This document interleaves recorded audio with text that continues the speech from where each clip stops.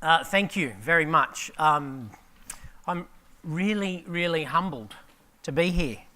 When the Eidsvoll team rang and said, would you present, I said, okay. And they said, it's because you all last year asked for some more stuff around coaching.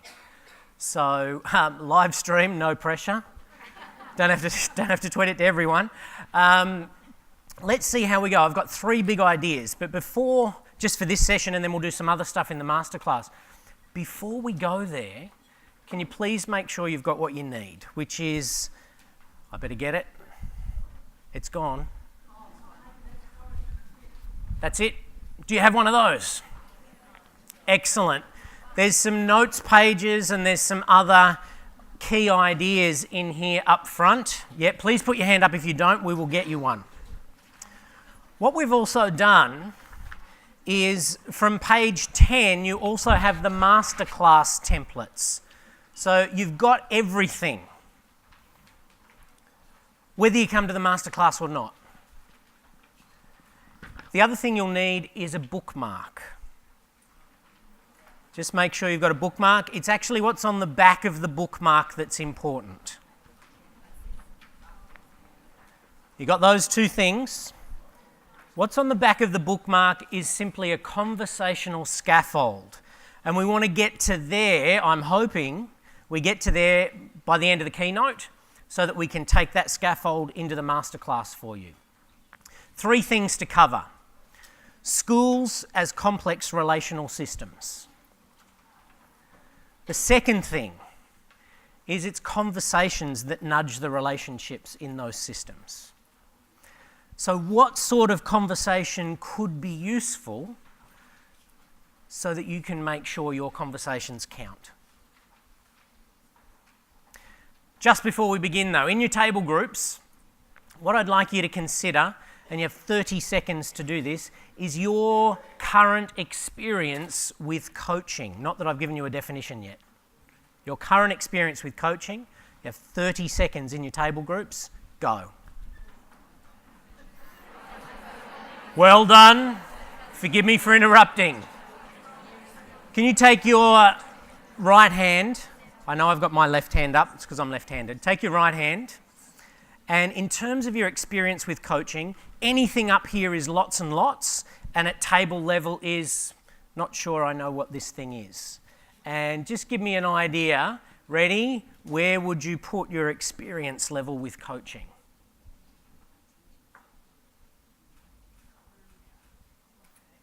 Excellent. So here's the next question in your table groups. And we've got some people with microphones. We can't get to every table, but we're going to try and take 5 answers. Here's the next conversation. How has coaching been useful for you? You have 2 minutes. Go. Once again, well done. We've got 2 microphones buzzing around. Please, just put your hand up if you'd be prepared to let us know how for you this thing that we're calling coaching has been useful. Thank you. I'm speaking as a music educator. Fantastic. And I'm very lucky to have a position where I coach and mentor classroom teachers in music every day of the week. And it's been incredibly rewarding for me to find out, and I think one of the themes of this conference is to find out what the skills are that people actually don't know that they have. And in music, that's a huge thing in Australia, that a lot of people are far more musical than they know they are. And to be able to work with people and have that beautiful feedback and build relationships through that coaching and working with their children, but also for myself to do that role, I sought out additional training recently and support so that I felt well placed. So I appreciate the coaching that I've had as well. Brilliant. Thank you. That speaks of, there's a definition of coaching by a gentleman called Sir John Whitmore, and he talks about unlocking people's hidden potential, the stuff they didn't know they had. And it's more about helping them learn than teaching them, would be his definition. Who else? Yep. And then we'll go over here. Hello, I'm Philippa and I'm from Wagga Wagga, New South Wales. I was really fortunate to do the peer coaching course a few years ago here in Sydney, and the most powerful thing I gained from that is an understanding of what questions to ask and how it's about getting the answers from the person you're coaching, not driving the answers yourself, and making sure that they come up with the solutions to empower them to put some action in place. So, yeah, really wonderful. Fantastic. So questions are key. And we'll do some work on that, maybe towards the end of this, but definitely in the masterclass as well. You've actually got a bank of questions in the back of your workbook as a starting point. Yes? I'm Shauna, I'm from Tamworth, and I was very fortunate to do growth coaching with Jason last year. And the biggest take home I took, Jason, was to learn to be an active listener and to keep quiet and to let the person, and know when to offer the next question. Yeah, I think that's key. It's the same when we're teaching. Often as coaches, we'll ask a question, but we won't leave enough space. There's some research around that starts to talk about we think at around 600 to 800 words a minute. So if you, David Peterson, who is the chief coach at Google, when he's training his coaches, says, don't think about the next question while you're listening for an answer. Hear the whole answer, wait for at least 3 seconds.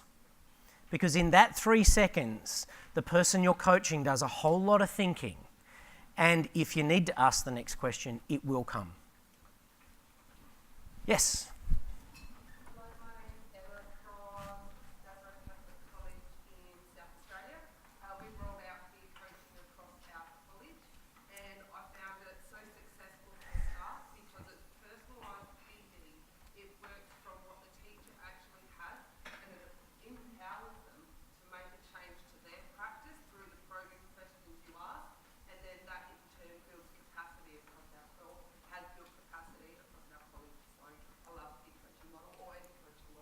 Fantastic, thank you. And there's some exciting research. Actually, John's supervising a PhD by Alex Guedes at the moment. And Alex has very kindly sent me a little bit of his stuff. So he talks about 78% of teachers who were coached coming up with new strategies that they'd never tried before in the classroom, and their coach didn't put any options on the table for them. Yes? Hi, I'm Renee. I'm from the Northern Territory. The biggest thing that I learnt about coaching was the empowerment. So it's building on from our previous conversation, because inadvertently when we tell people, we're actually sending the message that I can and you can't. So when we coach, we actually allow them to have that shift themselves and be able to develop the capacity to be able to succeed and come up with the solutions for themselves. Brilliant, brilliant. Thank you. There's a whole theme of empowerment in this, and we think if we had to pin it to a theory, self-determination theory is quite interesting. And Richard Ryan's at Melbourne University at the moment. Desi and Ryan, with their self-determination theory, my experience travelling around, and we have about 8,000 educators a year go through our programs at the moment. They come to learn where to start with this sort of conversation. And it's kind of like the 3 components of self-determination theory. So competence, autonomy, and relatedness. And the feedback that we get is that if I'm made to feel like I'm at least getting something right, then I can find a space to even take 1 or 2 small steps forward. And if you start here and you have someone to help you feel more competent, and you can find just those couple of steps, all of a sudden you're looking at the world from a different place.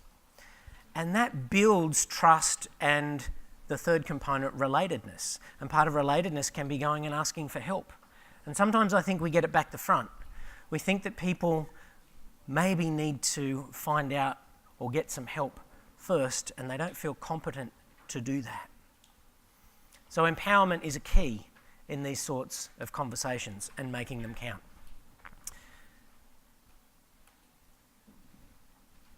Let's try that button. So in your table groups, again, 2 minutes. When I think of coaching, I think of. go. How would you finish that sentence? Well done. And there can be lots of ways to finish that sentence. This is a quote from Alex's research. Gemma, on how coaching helps her refine her practice, said, "Coaching is an open conversation. It's an opportunity to develop ideas as opposed to being told what to do. The conversations prompt the ideas that I have."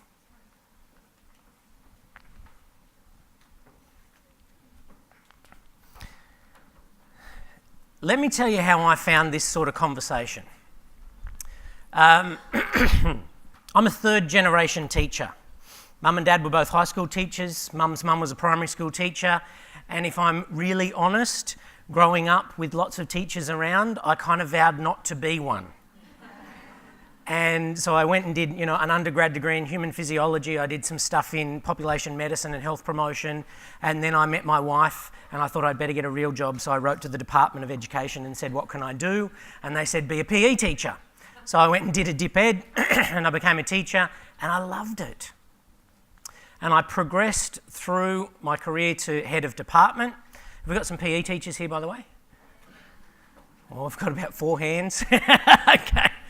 And I got to that point in my career where there were some other opportunities outside education that opened up. So I actually left education at that point and went to work for the health department. Moved to Albury-Wodonga and spent the next 3.5 years working in mental health promotion, prevention, early intervention and pathways to care for young people in secondary school. So 53 schools, 120,000 square kilometres and me in a car. And that was about it. And part of that journey was quite interesting because within about the first 2 weeks, coming out of that education thinking and into health, I realised I was sitting in meetings and we were missing each other's point. The clearest example to me was the word outcomes. I knew what I meant by the word outcomes and health had a completely different idea. But now I had to work for them and not for these guys. And it was the clarifying of what we both meant and finding the common ground that started me on a bit of a search. So I'm travelling around schools and I'm working with teams on data-informed mental health and wellbeing plans. And I realised that I'd lost line management responsibility for people.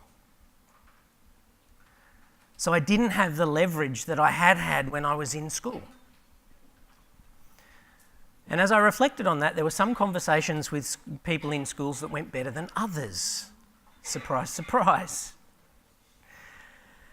But I didn't know what it was, so I didn't have a language for it, I didn't know what to call it. We left Albury, we moved to Tamworth. And I spent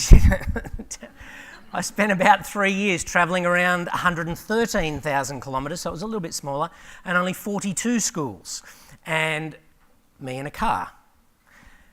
And again, there were conversations that seemed to go better than others.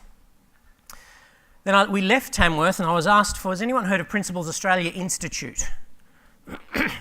Heard of Mind Matters? Kids Matter? Dare to Lead? Okay, so I was asked to go and work for Principles Australia Institute and I spent 6 years coordinating Mind Matters across New South Wales and working on the national team. So all of a sudden it wasn't 42 or 53 schools, it was 1,200 in New South Wales. And 2 of us this time. And lots of planes rather than cars. And there were some conversations that seemed to go better than others. And it was 2009 where I was in a meeting and I was in Tasmania actually, and someone said to me, have you heard of this group called Australian Growth Coaching at the time? I said, oh no, what's that about? And I looked into it a little bit deeper and all of a sudden I realised the conversations that seemed to go a little bit better than others were coaching-like conversations. Because there was no power relationship for me anymore, no line management.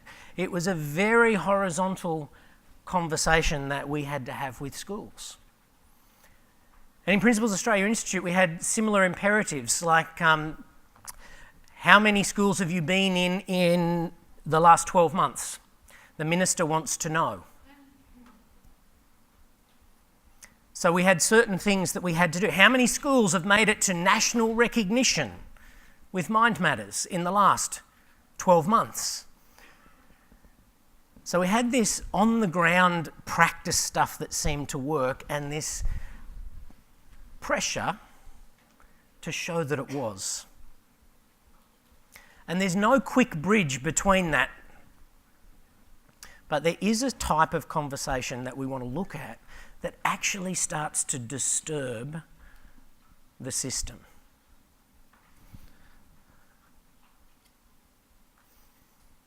So here's your next conversation. Is a school more like this or like this? 2 minutes. All right, well done.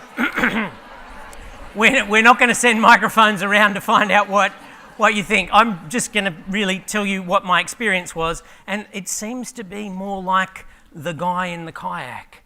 Change is happening all the time.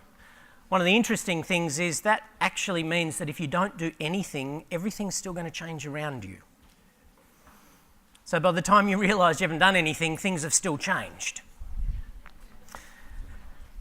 And when I went looking a little bit deeper, I found in a study by McCallum and Price that they said the school macro system and classroom micro system are influenced by a multitude of interpersonal relationships between teacher, student, parents, support personnel and community.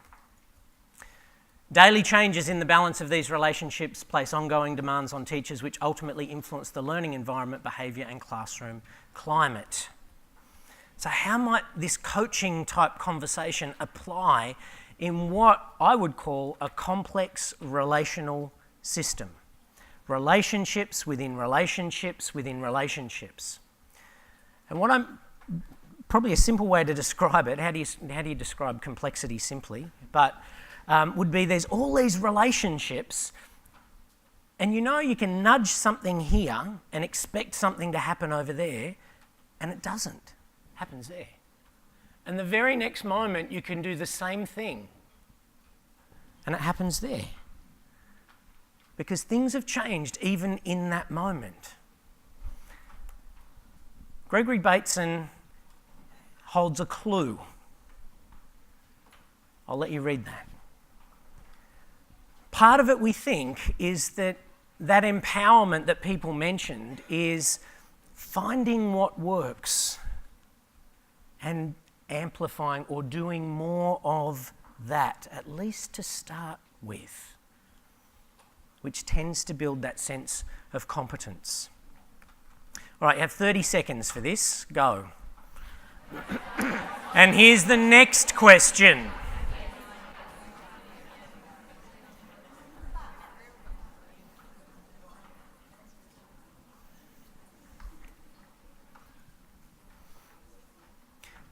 I don't want you to answer that. There's just lots and lots and lots and lots, and they all take place in different contexts. And one of the two key questions that we're starting to realise as we speak with and work with more educators. I was in Tweed Heads just before I was here. I flew back in on Thursday night and I came here Friday morning. I was working with the Tweed 5 high schools. And this became something that really resonated. Last week I was at Broken Hill. And, Broken Hill, the network of principals out there have a 50% staff turnover in principals every couple of years. So there's a dynamic changing environment and there's a whole bunch of stuff happening. And we started to identify what we called the conversational continuum. There are a whole lot of conversations that happen in school, and we need to be able to have conversations across the whole continuum. It is absolutely fine to stand at the directive end of the continuum and say, you know what, go and try this, this and this, come back, let me know how it's gone. Schools are very fast-paced functional environments and those short interactions are incredibly important. It's also great to stand in the middle and give people a space and then put some other things on the table for them. The coaching space is a little bit different. Coaching in its purity, and one of the articles that I sent around before the conference, you don't have to have read it, was around coaching versus a coaching approach. But coaching, and we've given you a definition in your workbook, this actual conversational continuum is in your workbook, about page 3. Would I be right? 5? Close enough. Maybe not. So, how do you hold a space at this end of the continuum in a really fast-paced functional environment becomes an interesting question. And this is the sort of stuff that we're noticing. As soon as you change the conversation, you change the relationship in some way, shape or form. So if people are used to coming to you for advice, and that's not a bad thing, that's absolutely across the conversational continuum, and you decide, for whatever reason, that you're going to hang out down this non-directive end of the continuum, even just a little bit, and you ask them a question before you give them an answer, they can't respond to you the same way they're used to responding to you. So you've started to disturb the relationship, even just slightly. Sean O'Connor from the University of Sydney has just finished a couple of years ago his PhD, where he applied social networking algorithms to coaching conversations in corporate organisations. And I can't remember the exact figures, but it was something like one conversation impacts up to 38 others. Scone Public School. I was working with them a couple of years ago, and they had some of their key teachers trained in this sort of coaching conversation. And the principal, Lynn Gray, did a really clever thing. She put out to teachers, who are the practitioners you'd love to get in their classrooms and have a look at? And there were 4 names that kept coming up. So she went to those 4 people and she said, how about we think about how you have the conversations after those classroom visits? And they came and they just learnt this one conversational scaffold. And there was some field work in between which sent them out to go and find someone who's going to be kind to you. Don't learn a non-directive form of conversation and then go out with a list of people you want to fix, because you will kill it. So they had to go out and they had to find someone who was going to be kind to them. Now, the interesting thing that we learnt from this was that they'd spend some time talking about this thing called coaching, and we'd introduce the coaching continuum, and they were getting pretty good at it together. They go out into their relational system, and one guy came back and reported, he said, I asked my mate, who was the stage leader, and this guy came in, he sat down, and he said, right, how are you going to fix me? So you can learn about this stuff, but you're potentially going back into a relational system where they know what they knew before you left. So again, you go back in and you start to do something different and you create ripples through the relationships. So here's a question. You get 45 seconds for this one. Where are you spending your time on the conversational continuum? Well done. Forgive me again for interrupting. There seems to be 2 core questions if we're thinking about this conversational continuum. One is, where do I need to be on the conversational continuum for this next interaction? Coaching's just one place. And I'm not here to say coaching is the only way to have conversation. You've got to be able to operate across the whole continuum. What we find, though, is that we don't tend to spend a whole bunch of time down this end. So where do I need to be on the conversational continuum, and how do I need to be in this next conversation? One of what we would call the core elements of coaching conversations is a coaching way of being. And here's the question. Don't talk to anyone about this, just 20 seconds to think about this. What's it like to be on the other side of you? Go.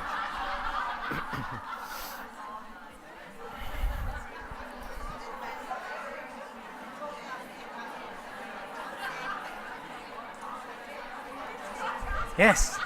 Oh, thank you. Thank you very much. Ta.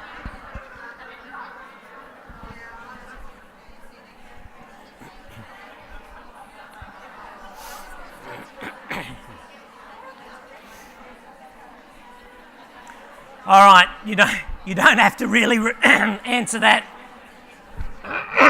Excuse me, in too much detail at the moment, but worth considering, because we've got to shift. If we're going to spend time here, how flexible are we to do that? And if we've got to spend time down here, how do we need to be to have those conversations and all the bits in between? This is some work from Michael Kavanagh from Sydney University. I'll let you read this. What I really like, one of the things that stood out to me from yesterday, yes, there was an obvious theme of growth. That was pointed out several times, yeah? But there's this theme of narrative. How are we going to talk about what matters? And it happens in a whole range of ways in schools. Picking the core messages, and if we use a narrative therapeutic term, thickening the narratives that we want and thinning out the ones that aren't useful. The school that I finished teaching in, there were two narratives going on. One could be summarised as, you are going to absolutely love it here. And there were people who were having that conversation. And then there was another narrative, which was, we don't care how long you've been teaching, your first year here will nearly kill you. And I had a choice on which one I was going to participate in some way, shape or form. So if we were going to have a look at, keeping the continuum in mind, yes, Professor David Clutterbuck is a real person. I get asked that. Mentoring is a more experienced individual willing to share his or her knowledge with someone less experienced in a relationship of mutual trust. Absolutely essential. Mentoring is key to development and the relationship with it. Here's the definition of coaching that we use. I'll let you read that. Tony Grant from the University of Sydney, the director of the Coaching Psychology Unit, tried to simplify it. And look, we make things as simple as possible, yet no simpler unless it's dumb, right? Because it's not. Sometimes when we're talking about conversations in schools, there's the dotted line here. The conversational continuum is the vertical axis on Tony's diagram. We need to be able to operate at both. But here's the thing. For me, it was 8J, right? They were the class I thought about half a day before I had them and most of the week afterwards, right? For a whole bunch of reasons. I think they're a bit of an urban myth now, but they're a compilation of a whole lot of classes, right? When I had the courage to say in a staff meeting, I'm struggling with 8J, the first response was, well, I don't have any problems with them. That's probably not even on the conversational continuum. Then, the next response was, you should. First rule of coaching, you don't should on yourself or anyone else.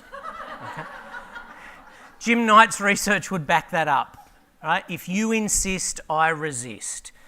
Jim Knight's instructional coaching stuff, people know that? Yep, got some nods and some heads. Okay. So, and Jim's done a whole bunch of research around those partnership principles. But should, often then we'll just move this way a little bit on the continuum and turn to you could. And then people will think they're coaching when they say, have you tried? And it's still putting a whole bunch of stuff on the table. Here's the thing. If we're going to try out this non-directive stuff, I can walk into 8J with a whole bunch of things that work for you when you teach 8J. We've got to keep in mind though, even though the same kids are in the class as when you teach them, they're potentially a different class for me. Yeah? So I come in and I try something that you've given me to try, and it might not work exactly the way as you described it.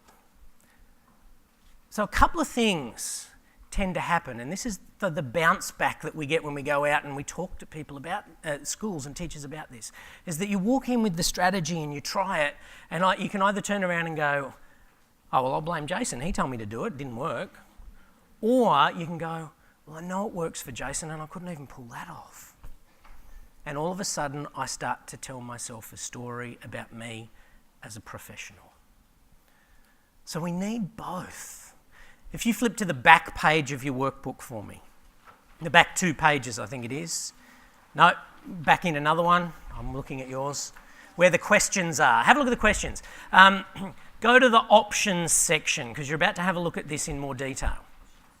What's the second last dot point under options? Does someone want to read that out, please? Yeah, it's not to say that we can't put expertise on the table. It's about when do we put it on the table. If we're going to hang out at this non-directive end, there's a different space we want to create. There's 2 keys with this coaching type conversation: awareness and responsibility. Mum, Dad, 2 kids in the United States just before Christmas. They were heading out to a Carols by Candlelight event, and they drove to the event. There was a big parking station. They wound their way up to finally find a car park. They went into the event. They had a great time. Finished pretty late. Kids were tired. They walked out, finally found their car. Kids in the back of the car, Mum and Dad sitting in the front, put the radio on, waiting for a space to snake out of the car park.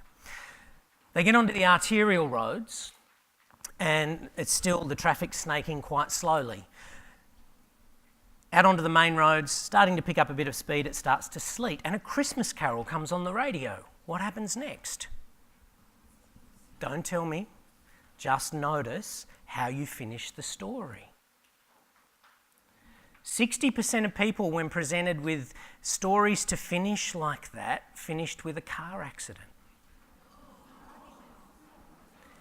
8% of people on top of that finished with something else negative. They yelled at the kids, told them to shut up. I know, I get it. One guy even wove in a shark attack. It's what's suggested as a pessimism bias. Yeah. So thinking about, sometimes people will come to us with problems, challenges or issues. Maybe up to 2/3 of the time.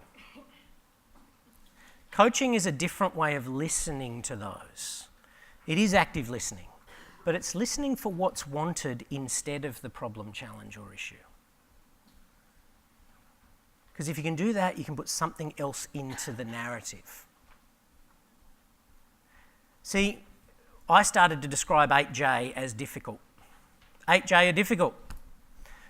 Anything that follows that word "are," they have become in my thinking, and that's pretty stuck.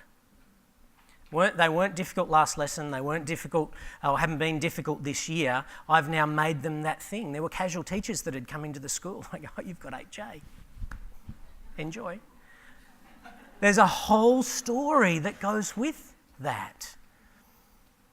And it limits, I'm feeling acted upon by 8J. As soon as I can get a different perspective, then maybe things can shift and I can take some responsibility for it. So here's the 3 basic, and Tracy hinted at this with what she had you doing before, 3 basic places in a coaching conversation. People are really good at describing their existing state in detail. What we want to be doing is listening for what's wanted instead of any problems, challenges or issues. So if it didn't exist, what would be happening? And we can start to help people put some detail into a desired state. Put your hand up if you've ever been to the supermarket with a list of things you don't want. Not what you came out with. Not what you came out, yeah. So you're writing lists and you're saying, don't buy bread, there are 6 loaves in the freezer. Please don't buy any more toilet paper. Generally, we don't do that stuff. Yet I would walk into 8J with a list of everything I did not want to see. Yeah? I could describe in detail this existing state, or at least how I felt I was experiencing 8J. And then colleagues would come to me and they would ask, so what do you want? What do you want for 8J? And I'd say, I want 8J to be more engaged. And people would walk away and go, oh, great. And nothing changed. Because I didn't even know what it looked like for them to be more engaged. I just knew what I didn't want.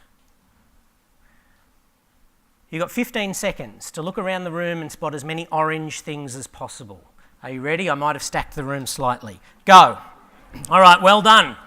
So how many green things did you see? What our focus is, the sense of being acted upon and feeling stuck, what our focus is, we tend to go out and we tend to notice. In a good coaching conversation, if we can get a description of the detail of what's over here in the desired state, guess what? You can't fill this space with a description of something that's never happened. It usually has happened in the past, or it's happening in the present, even just a little bit. So when people go and walk out into their environment, they're potentially more likely to notice the green stuff, which means the next conversation and the next conversation can be built on. Here are the 3 core elements that we think go into a coaching conversation. So there's this growth model thing, right? And Growth Coaching International, yes, it's in our name. It's just a scaffold for a conversation and a great place to start to learn how to have these conversations. More on that in a little while. 8 skills. There are 8 overarching skills of a coaching conversation. You have them all. You wouldn't be where you are if you didn't have any of these. None of you are a blank slate when it comes to this stuff.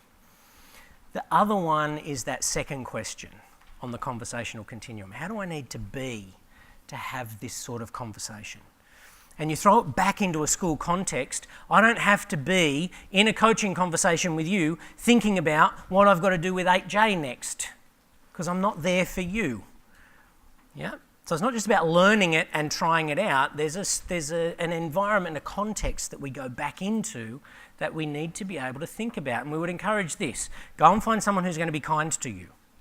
So I went to the Holt Summit and I got some questions from this guy, and maybe they'll be a bit useful in our next conversation. Is it okay if we have a go, just to see where it ends up?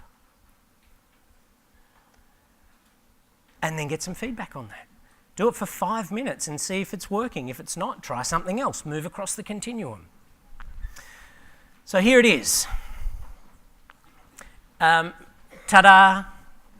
No, it's really looks very linear on there, doesn't it?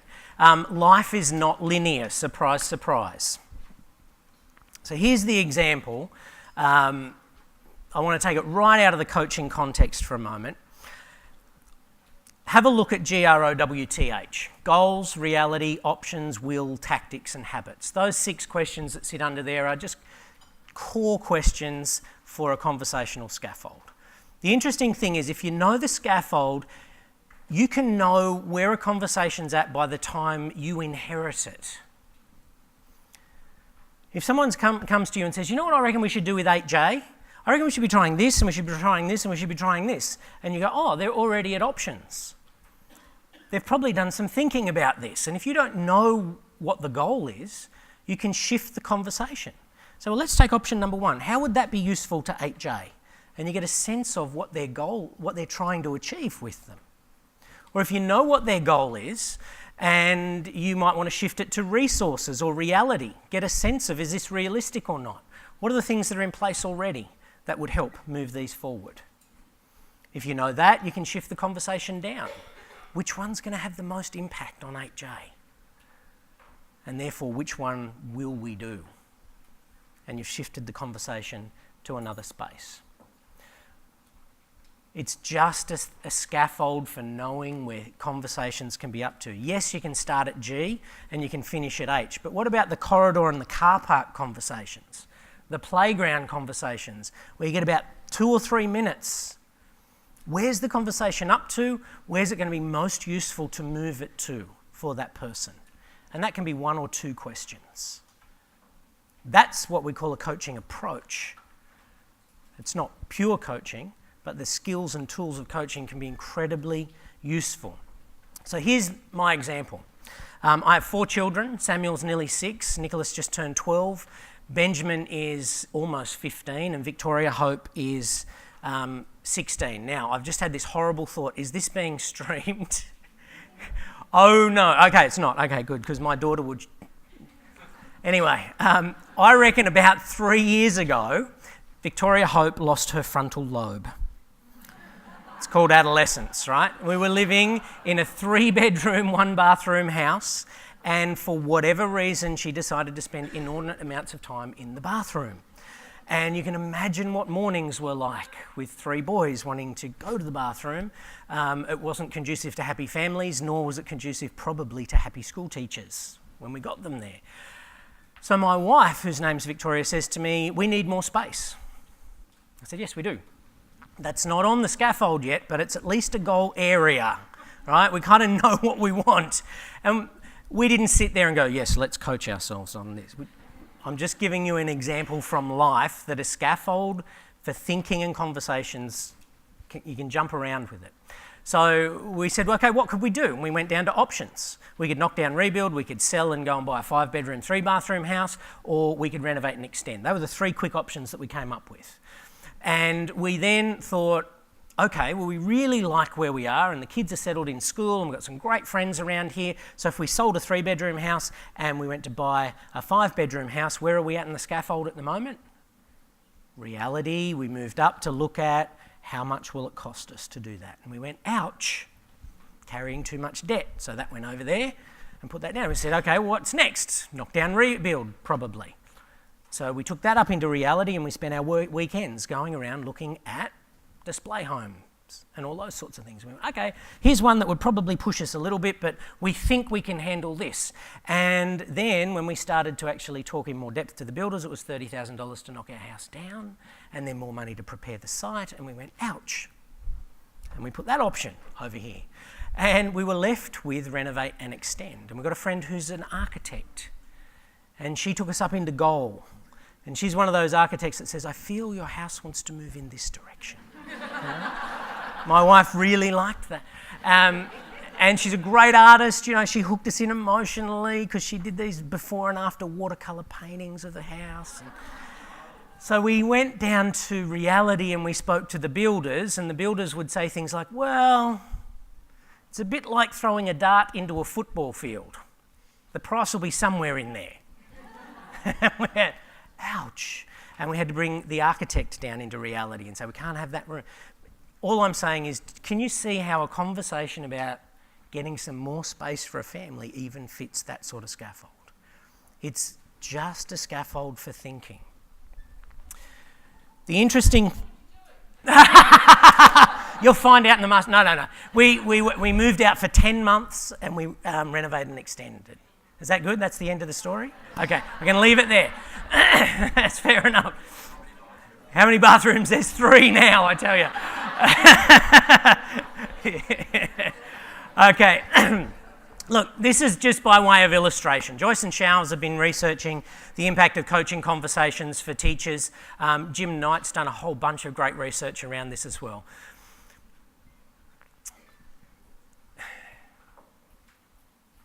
What it seems to be is that I can go out to a professional learning session. If I only get theory, maybe I'll go back and do something about it. I was talking with some of the senior policy officers from NESA in New South Wales, the Education Standards Authority, and we were talking about Thomas Guskey's research. And the summary of the conversation was, if teachers don't go out and do something within 2 weeks, they're probably not going to go out and do anything. The reason being, we move back into a fast-paced, functional, relational environment. I know when I went out to professional learning, I'd have to come back and share to the staff, or at least in my faculty. And then I'd walk into 8J and maybe do something for a little while, and then if you checked in, nothing much would happen after that. So here's something that I think's really, really interesting. Imagine this, that I go out to a professional learning session and I connect with someone who says, so Jason, what were the standouts? And I said it was A and it was B. They were the things that really resonated with me. Well, I know you've been thinking about working more with 8J and them being engaged. How do you think which ones or both of those would work with 8J that you'd be prepared to try out? Well, I think it's A. I think I'd start with A. Let's just suppose it was working really well and you'd implemented A just the way you'd hoped. What would you notice about 8J? And we're starting to get some detail into this preferred future. And here's the other question that helps. What would 8J notice about you? What sort of stuff would you see in the work that they're doing? And all of a sudden you're helping me think about, and say we put a time frame, the end of term. All of a sudden we're putting detail into that preferred future. And then if we do that well, you get a chance to walk beside me maybe just a couple of times over term. How's it going implementing A? What do you think's next? Oh, this didn't work, that did, I'm going to try something else. I saw so-and-so was doing something that could fit. Okay, let's check in again. And I don't come back from professional learning and stand, pardon me, in front of the whole staff or my faculty within a week of going. At the end of term, or a long enough period of time later, I stand up in front of staff and I say, I went to this thing, and it was A and it was B that stood out to me. I've been trying out this first one with 8J. Had to tweak it a bit, tried these things, didn't work, this did. And this is the difference that it's made. And all of a sudden, I've been to something that has talked about, and I tweeted this before I came, all of a sudden I've been to something that talks about evidence-based practice. And at this end of the conversations, I'm now talking about practice-based evidence. I've taken that strategy and I'm talking to my staff about the difference with our kids in our school, in our community. And as best we know, have a look on our website with an interview with Jim Knight, as best we know, it seems to be coaching conversations that helps build that end. I hope we help make your conversations count.